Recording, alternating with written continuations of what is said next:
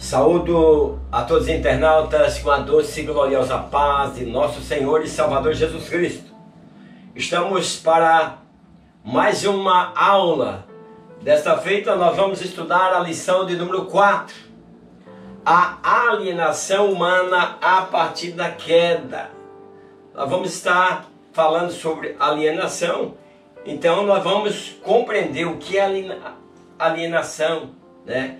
Que é o afastamento do homem do seu fundamento, é a volta para si mesmo, para o seu interior e para o seu mundo. Então por isso nós vamos também estar estudando da relação intrapessoal e a interpessoal.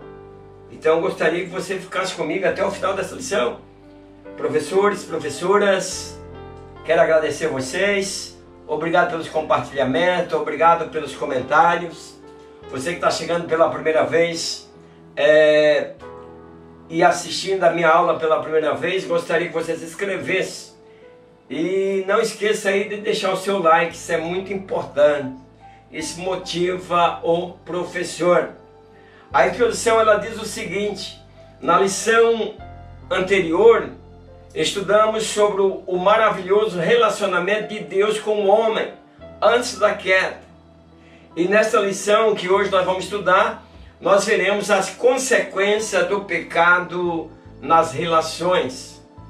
Antes de entrar no comentário da aula, quero mandar um grande abraço para Maria Silva.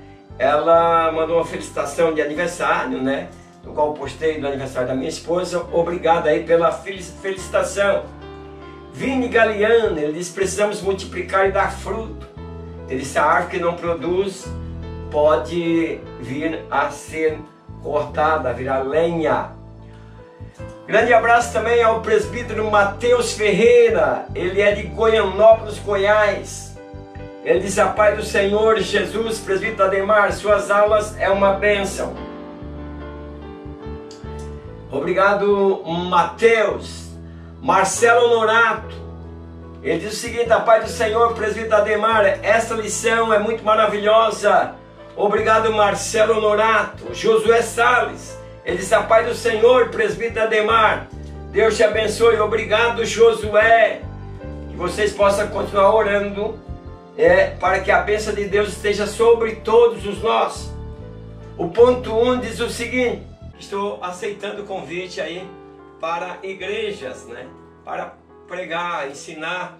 Então eu digo o seguinte: a igreja arcará apenas com os custos de viagens, transporte, hospedagem em hotéis e alimentações, ok?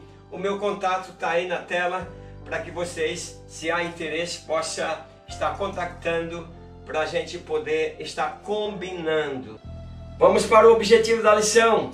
No primeiro ponto que nós vamos estar estudando, eu vou estar citando os efeitos do pecado em relação a si mesmo, que é o intrapessoal. Eu vou também ensinar que, embora a primeira e principal pessoa ofendida com os nossos pecados seja Deus, a primeira pessoa a sofrer as consequências do nosso pecado somos nós mesmos. Também vou falar sobre culpa e desculpa, né? Vergonha e medo, Portanto, me acompanhe nesse primeiro ponto. O 1 diz assim: a alienação em relação a si mesmo. Quando o homem no Éden buscou mais plenitude de vida, ignorando a Deus, acabou tendo não só menos de Deus e menos da vida, mas também menos de si mesmo. Quer dizer, o homem não tinha promessa de morte ali no paraíso. Ele tinha promessa de vida eterna e com saúde, sem problema. Mas aí o que ele fez? Ele ignorou a Deus. Então ele acabou tendo menos de Deus, menos da vida. Seus dias encurtaram, ou melhor, seu dia passou a terminar com a morte. E também menos de si mesmo, que o homem no seu interior começou a se afastar de Deus. O 1.1 diz assim: vergonha de si mesmo. A primeira alienação vivida pelo homem como consequência do pecado foi em relação a si mesmo. Então, nós sabemos que o homem ele tinha como fundamento Deus. E aí ele perde a essência desse fundamento através do pecado, né? E começa a ter um problema com sua relação com Deus. Nós vemos que naquele encontro, que nós não sabemos explicar como foi, como se deu, que Satanás, através da serpente, ele promete mais liberdade. Professores, professoras, precisamos alertar os nossos alunos, pois muitos acreditam que estão servindo a Deus por causa do Pai, mas gostaria de ter mais liberdade. Então, a liberdade, sem a libertação do Senhor, ela é perigosa. Então, Satanás é quem fez essa promessa de mais liberdade ao homem, sendo que o homem já era livre. O homem vivia na delícia do jardim. E aí eles acabam experimentando menos liberdade, vivendo pela primeira vez a experiência da vergonha. Porque a Bíblia diz o seguinte, que não comece da árvore, e Satanás vem fazendo promessas. No dia em que dele comer, se abrirão os vossos olhos, e serei como Deus, sabendo o bem e o mal. Veja que ele traz aí uma palavra aí que acaba trazendo encoberta aí a mentira e com alguma verdade. Pois ele diz que a partir do conhecimento, do comer daquele fruto, eles conheceriam o bem e o mal. E aí diz a Bíblia que foram abertos os olhos de Adão e Eva e conheceram que estavam nus.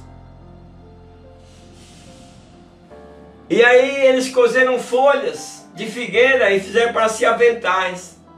Quer dizer, abriram os seus olhos, né? No dia que começo da árvore, abririam os seus olhos. E aí quando eles comeram, foram abertos os olhos e começou a ver o pecado, a sentir vergonha. Então ambos estavam nus ali no jardim, tanto o homem como a mulher, e eles não se envergonhavam. Então sentir vergonha é a sensação de não poder ser você mesmo, por não poder ser aceito no estado em que se encontra. Por que não dizer, professores e professoras, que até parece sair um pouquinho fora do assunto, tem muitas pessoas que acham que ela não se encaixa em tal ambiente, que ela não se encaixa em tal lugar, e ela começa a ter vergonha de si mesma, e isso é prejudicial. As pessoas precisam interagir, por isso nós precisamos interagir entre os irmãos, entre a nossa família, entre aqueles que faz parte ali do nosso círculo de amizade. Nós precisamos estar interagindo. Pois depois disso, né, que eles cozeram aquela folha, que eles deram ouvido à serpente, a vergonha nunca mais deixou de fazer parte de nossas vidas. É isso. O 1.2 diz assim, culpa. O homem antes da queda vivia a maravilhosa liberdade de nunca haver sentido culpa, porque eles viviam na inocência, não existia o mal, eles não conheciam o bem e o mal. Satanás diz, olha, vocês vão ficar igual a Deus, conhecendo o bem e o mal. Não era verdade, eles conheceram o bem e o mal e se afastaram de Deus, perderam aquela liberdade, e agora a culpa vive na vida do casal, e até hoje essa culpa acompanha o homem criado por Deus. Então a primeira filha da culpa é a desculpa. Nós estamos procurando desculpa, principalmente quando erramos, quando não queremos ser pressionados por um erro que nós não deveríamos ter feito. Nós sabemos que nós não poderíamos ter cometido aquele erro, mas aí, em vez de assumir a culpa, nós arranjamos uma desculpa. E foi isso, por exemplo, parece que é uma aprendizagem desde o Jardim do Éden. Foi isso que Adão e Eva falaram. Quando Deus chega e diz, comece toda a árvore que te ordenei que não comece, aí vem, em vez de dizer, ah, Senhor, tem misericórdia, eu comi, eu sou culpado. Não, em vez de se colocar em lugar de culpado, para alcançar a vitória, entra com a desculpa. É isso que muitas pessoas, Paulo diz, porque há entre vós muitos fracos e muitos doentes e muitos que dormem, porque não sabe discernir o Espírito do Senhor. Paulo falou sobre isso. Então nós temos em nossas igrejas muitas pessoas que erraram e não assumiram a sua culpa e vivem dentro da desculpa e não pode crescer. Então Adão, quando Deus disse, Adão, o que foi? O que aconteceu? Ele disse, foi a mulher que tu me deste por companheiro. Então aqui está outro aspecto de alienação em relação a si mesmo. Não assumir os erros que a própria consciência aponta. A consciência está dizendo, eu errei. Mas intrapessoal, quer dizer, no meu íntimo, eu não assumo, eu dou uma desculpa. Eles viram ali a sua nudez espiritual e física. Nasceu neles a vergonha e o medo. Então, quando Adão e Eva perceberam que tinha perdido o contato com Deus, uma terrível solidão apossou-se dele. Quem está na solidão, quem está vivendo um momento depressivo, ela procura se esconder, procura se isolar, tem medo. Então isso aconteceu com o casal no jardim. 1.3 fala do medo. Adão sempre sentia amor e segurança ao ouvir a voz de Deus, mas após pecar pela primeira vez ele sentiu medo. Quer dizer, ele não conhecia, não sabia o que era medo, ele estava guardado ali. Por exemplo, naquele tempo não tinha como hoje, que o medo, ele tanto pode atrapalhar como ele é benéfico. Nós precisamos ter medo. Mas lá não existia essa necessidade de ter medo. Nós precisamos ter medo para ficar mais atento, não correr tanto risco, calcular os riscos. Por isso é importante, professores e professoras, que nós passamos para os nossos alunos que o medo é ruim em certo aspecto, mas o medo é benéfico também. Porque tem pessoas que dizem, eu não tenho medo de nada. É preciso ter. O medo te prepara para que você não caia em ciladas. A moça ter medo de um rapaz com maus intenções é o seguinte, isso tudo traz benefício. Claro que eu estou falando de um medo que atrapalhou, que agora, após abrir os olhos e conhecer o bem e o mal, sentiram que podiam, que tinham sido prejudicados e agora tiveram medo. Qual seria a reação de Deus? Isso quando acontece, quando nós pecamos contra a nossa família, caímos em uma desgraça, a mente fica toda envolvida pelo aquele pecado. O que vou fazer? Qual será a minha punição? O medo toma conta. Será que minha família vai me aceitar? Será que minha família vai me expulsar? Se vivêssemos no paraíso, nós não teríamos esse problema. Mas agora Satanás enganou, continua enganando, e nós caímos. E aí nós, em vez de assumir o nosso erro, nós criamos aqui uma desculpa. Mas dentro de nós sabemos que erramos, professores e professoras. Passe para os seus alunos isso. Todos nós estamos conscientes de que erramos, de que pecamos, pois nós conhecemos a palavra de Deus e sabemos quando nós adulteramos a palavra. Então nós sabemos que erramos, mas o que nós queremos agora?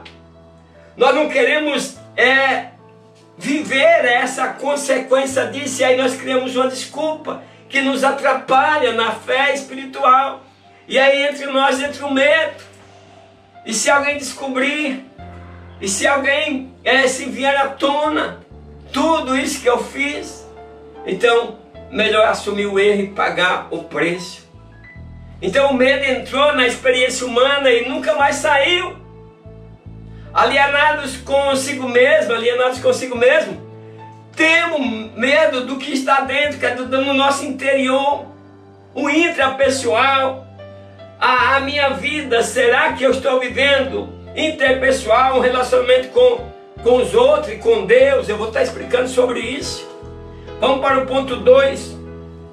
Nesse ponto 2 eu vou estar mostrando o efeito do pecado em relação ao próximo. Eu vou estar explicando, professores e professoras, que os nossos problemas de relacionamentos com as pessoas têm como causa a pobreza em nossa relação com Deus.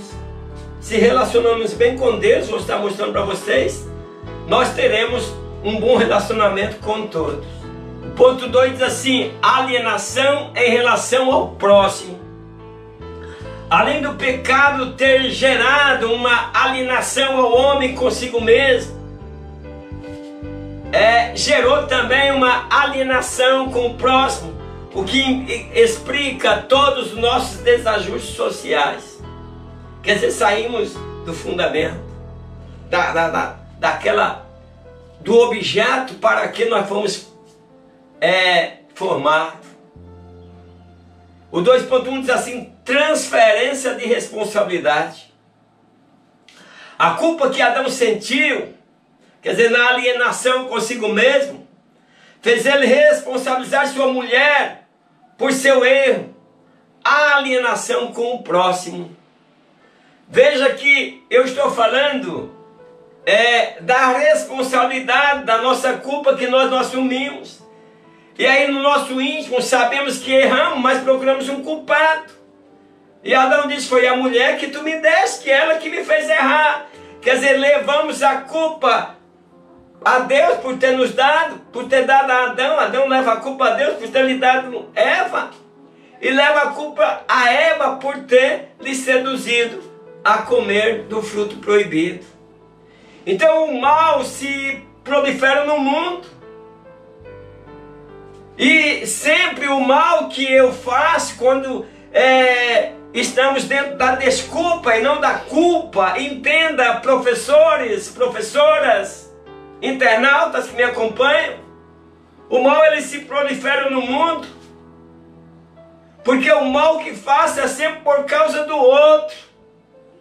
Nunca eu assumo o meu erro, ou sempre por causa do meio. Numa abordagem mais moderna. Você vê as igrejas hoje, elas se portam, se vestem como o mundo, vivem como o mundo, e estão na igreja, e diz que está numa igreja moderna. E porque é assim que consegue atrair, que a sociedade vive assim. Então, numa tentativa de fazer de tudo para não se sentir com a culpa, então as relações sociais são afetadas. Eu vejo pessoas que se apresentam na sua vestimenta como um mau exemplo. A Bíblia diz que nós devemos apresentar a Deus como homens e mulheres que não temos de que se envergonhar. Eu sempre digo: olhe no espelho antes de ir para a igreja, olhe no espelho antes de sair de casa, e pergunte ao Espírito Santo que vai falar dentro de você: assim estou agradando a Deus, meu Pai? O 2.2 diz assim: a pureza, a perda da pureza. Após comerem do fruto, Adão e Eva sentiram vergonha, apenas em relação a si mesmo, mas também um em relação ao outro. Veja bem, eles viviam ali nu, como os animais, tudo era comum. Mas após o pecado, um olhou e viu ali sua vergonha descoberta, e sentiram vergonha. Então foi esta a primeira experiência com vergonha que os fez que eles pegassem folhas e fizessem aventais para colocar em frente, para esconder suas partes íntimas, um com vergonha do outro e com vergonha de Deus que vinha passear pelo jardim. Volta na lição passada, volta lá onde eu falei: Deus não tem forma. Espírito que fala em nós é o Espírito Santo de Deus, que esse nós não encontramos forma, é o Espírito de Deus. Agora Deus, ele diz que passeava pelo jardim e ainda gritava pela voz do homem. Então o comentador da lição Betel, que comentou, fez seu comentário ali no subsídio da lição passada. É preciso rever seus conhecimentos, porque não se pode ensinar ao povo que Deus não tem forma. Não pode fazer isso, pois a Bíblia aqui está dizendo que quando Adão ouviu a voz de Deus que passeava pelo jardim, espírito não passeia, espírito é imaterial. Vamos abrir o nosso entendimento, ou então temos que entender que a Bíblia, quando se fala de Deus a respeito de costa, de olho, de mão, de pés, é alegoria. Por isso é preciso, professores, que nós não ensinamos isso para os nossos alunos. Mesmo que a lição vem trazendo esse subsídio, dizendo que Deus não tem mão, não ensine isso, professores. Você quer entender melhor?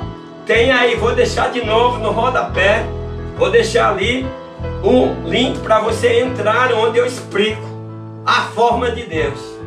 Então a nudez do corpo, que até então era uma bênção de Deus, tornou-se a causa de muitos tipos de pecado que nasceram na mente.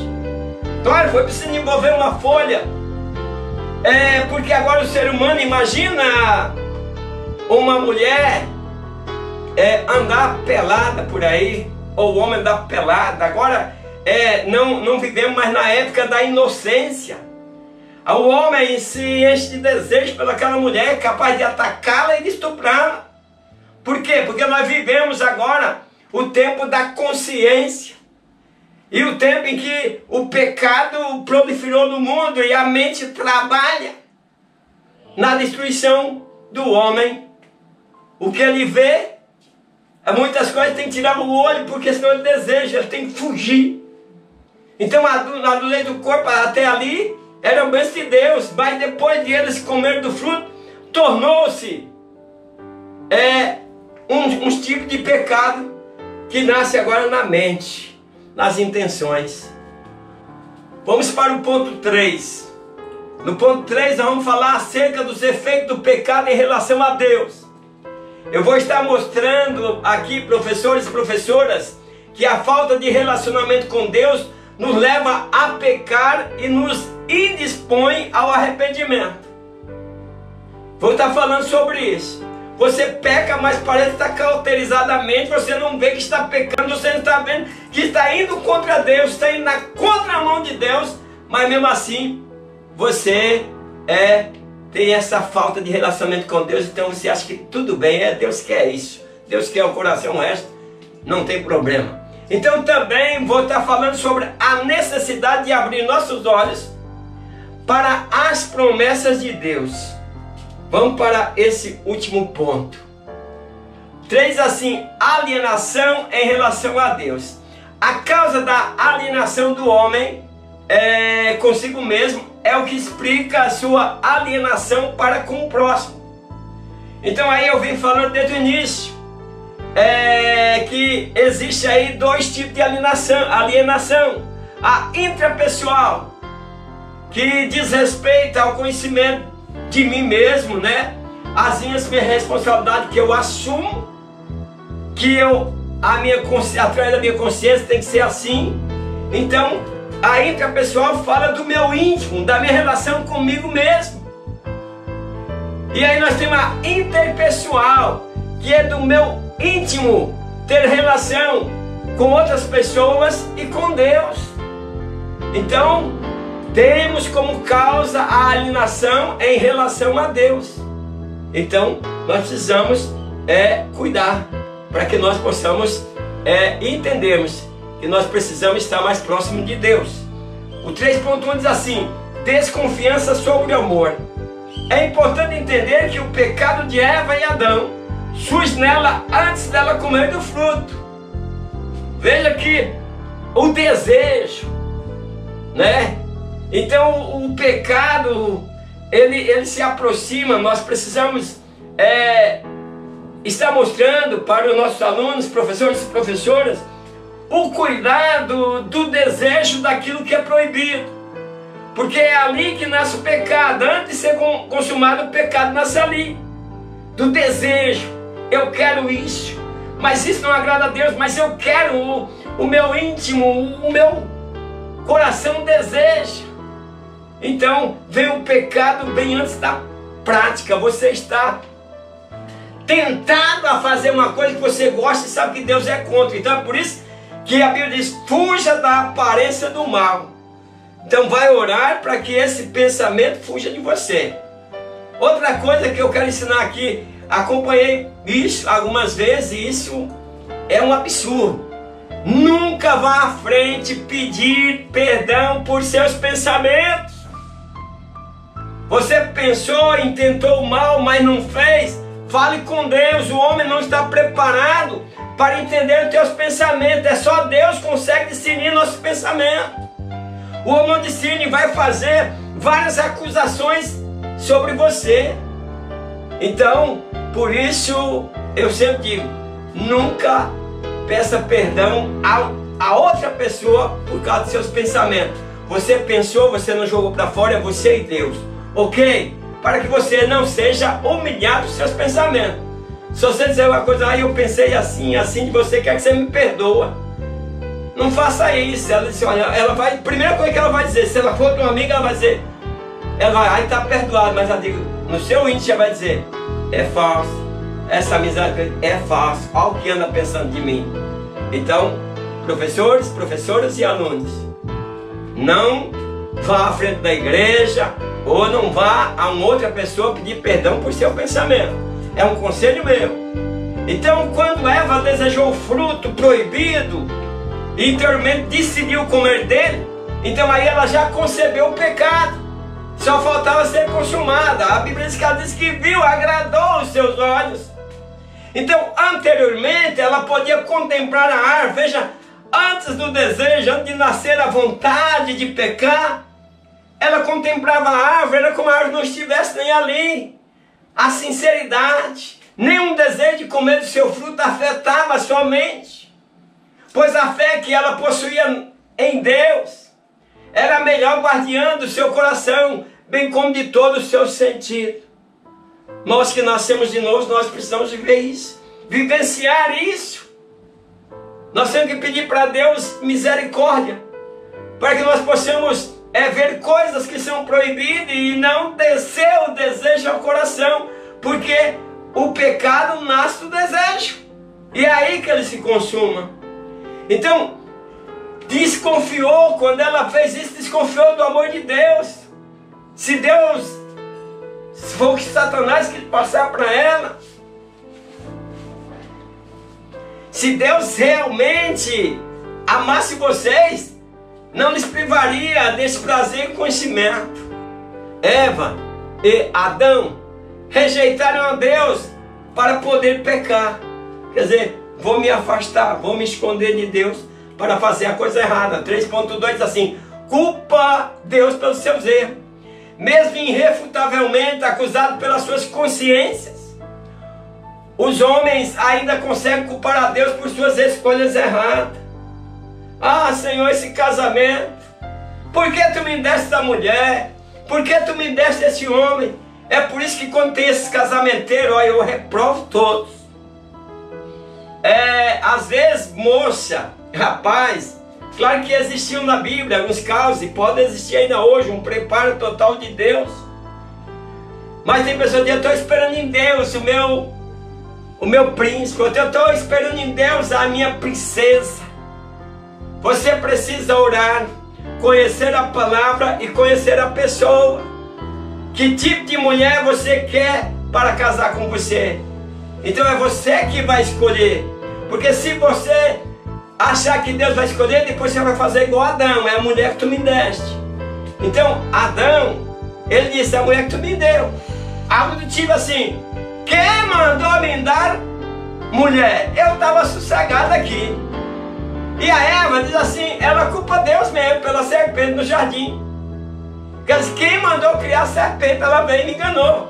Então o casal recebeu as ordens de Deus sobre como devia lidar com as árvores do jardim, além da capacidade, como um dom dado pelo Criador para dizer sim e não. Às vezes nós temos dificuldade disso, de dizer sim e não. Então faltou lealdade. E às vezes falta em nós lealdade, obediência e submissão à vontade de Deus. E aí aquilo que é para dizer não, nós dizemos sim. Aquilo que é para dizer sim, nós dizemos não. Então, nós, como estamos lidando hoje com a vontade de Deus, precisamos preocupar com isso. Enquanto os olhos do seu corpo se abrirem para ver o seu estado de degradação, os olhos do seu entendimento foram fechados. Seus corações foram endurecidos por meio do seu engano. É o que aconteceu com Adão e com Eva.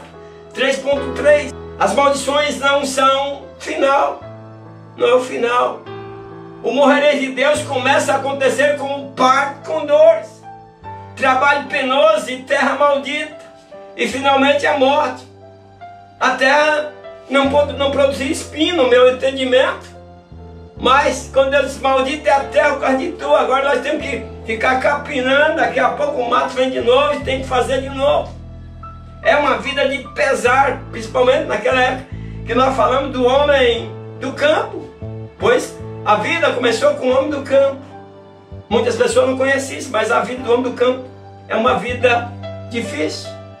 Então, a graça de Deus em Cristo, entretanto, pode dar às mulheres a alegria de gerar filhos para Deus, mesmo com dor. A homem, a graça de Deus lhe dá um propósito mais excelente, que ele vai encontrar no trabalho, mesmo que é difícil, que derrame suor. Então ele está naquela esperança de uma nova terra, na restauração de tudo, e da vida, e da glória eterna, ainda que a porta é a morte, que é uma coisa difícil de encarar. Concluindo, para estarmos bem com a gente mesmo e com o próximo, precisamos estar bem com Deus. Então coloque isso na sua mente, professores e professoras. Para estar bem, precisamos estar bem com Deus. Agora, não esqueça da palavra certo com os homens, certo com Deus. Você está com problema com os homens, se acerta porque Deus não aceita o teu louvor. Então a nossa relação com Deus é que determina todas as demais relações. Então que Deus abençoe a todos vocês. Espero vocês na próxima aula. E até lá, na paz do Senhor. Amém.